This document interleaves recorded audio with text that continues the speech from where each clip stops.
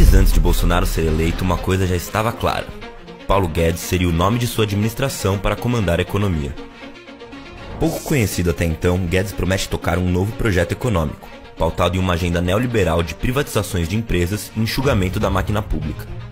Mas quais são realmente as propostas de Paulo Guedes para a economia e por que ele escolheu justamente Bolsonaro para atingir seus objetivos?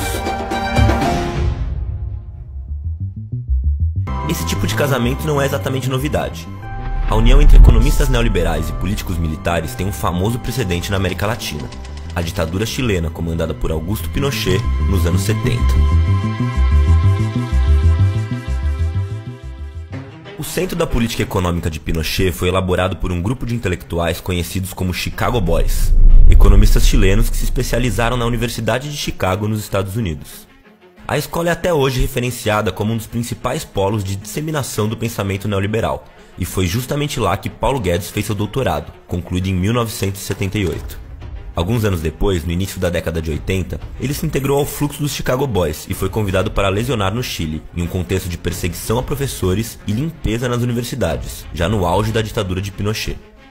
Lá, Paulo Guedes viveu a implementação das principais medidas propostas pelo time de economistas da Escola de Chicago, e foram exatamente essas diretrizes que inspiraram parte de suas propostas para o Brasil de hoje, surfando na onda bolsonarista e agora sob o comando do novo Ministério da Economia. Se você lançar uma alternativa, e de novo, gente, não tem novidade nenhuma, isso foi feito lá atrás, 30 anos atrás no Chile. O Chile virou a Suíça latino-americana, migrou para um sistema de capitalização, democratizou a riqueza. Ainda que o Brasil tenha tido governos liberais do ponto de vista econômico, responsáveis pela privatização de empresas estatais e abertura da economia para o capital estrangeiro, a proposta que guia Paulo Guedes é de radicalizar muito mais esse processo. Talvez o projeto mais claro de Pinochet que Paulo Guedes procura incorporar à realidade brasileira é a mudança no sistema de aposentadorias. Nos anos em que Guedes viveu no Chile, José Pinheira, o mais poderoso Chicago Boy e irmão do atual presidente, Sebastião Pinheira, colocava em prática a privatização completa da previdência do país. No novo sistema, os trabalhadores eram obrigados a contribuir com 10% de seu salário para fundos privados, as chamadas AFPs, que administravam o dinheiro arrecadado. Hoje em dia, um oligopólio de 6 empresas controla esse setor no Chile. 5 delas são responsáveis por 94,6% das contribuições previdenciárias e chocantes 69,6% do PIB do país. Para os empresários, isso representa um lucro de $1.500.000 por dia. Já os trabalhadores, que contribuíram durante os últimos 30 anos, hoje recebem uma aposentadoria de meio salário mínimo por mês, um valor que equivale a R$ 694. No Brasil, o governo Michel Temer fracassou ao tentar implementar a reforma da Previdência, fortemente rejeitada pela população. Com a eleição de Bolsonaro, no entanto, Paulo Guedes já deixou claro que retomar a pauta é uma de suas prioridades, e chegou a sugerir uma prensa no Congresso para que os parlamentares aprovassem a medida.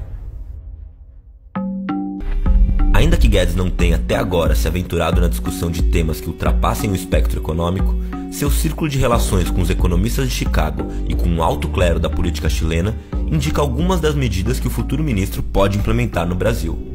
Isso porque os laços de Guedes com a política chilena não se limitam apenas ao setor econômico. Paulo Guedes tem um antigo colega da Universidade de Chicago, o empresário Jorge Celumi, que no passado ocupou o cargo de diretor de orçamento da ditadura Pinochet. Foi ele quem convidou Guedes para lecionar nas universidades chilenas nos anos 80. Seu filho, agraciado com o mesmo nome do pai, é hoje o secretário de comunicação do governo Pinheira Neto. Uma nomeação estratégica, já que o jovem Celumi é dono da Artol, a maior empresa chilena de Big Data, além de ostentar em seu currículo anos de trabalho para a Cambridge Analytica. Se há indícios de que a campanha de Bolsonaro foi agraciada com o uso de bases de dados de cidadãos nas redes sociais, a extrema-direita chilena detém todas as ferramentas para reproduzir o mesmo método em seu futuro governo. No que vem se tornando um de seus jargões para a mídia, Paulo Guedes reafirma seu casamento com Bolsonaro como uma união entre a ordem e o progresso. Pode-se dizer que antes disso, a aproximação do ex-capitão com o economista se deu por uma conveniência mútua. Paulo Guedes, que até então não havia gozado de grande prestígio nos círculos acadêmicos e não conseguiu emplacar suas teses econômicas nos últimos governos brasileiros, viu uma oportunidade para impor sua agenda neoliberal em um governo Bolsonaro. O novo presidente, por sua vez, acalmou os ânimos do setor financeiro, se desvinculando de sua figura estadista e colocando Guedes na linha de frente de sua política econômica. A primeira vez que a América Latina viu um casamento como este, uma união orgânica entre militares e Chicago Boys, foi em 1973 no Chile, Um capítulo da história mundial escrito com baldes de sangue. Aos brasileiros resta saber que situação essa perigosa associação ainda pode gerar.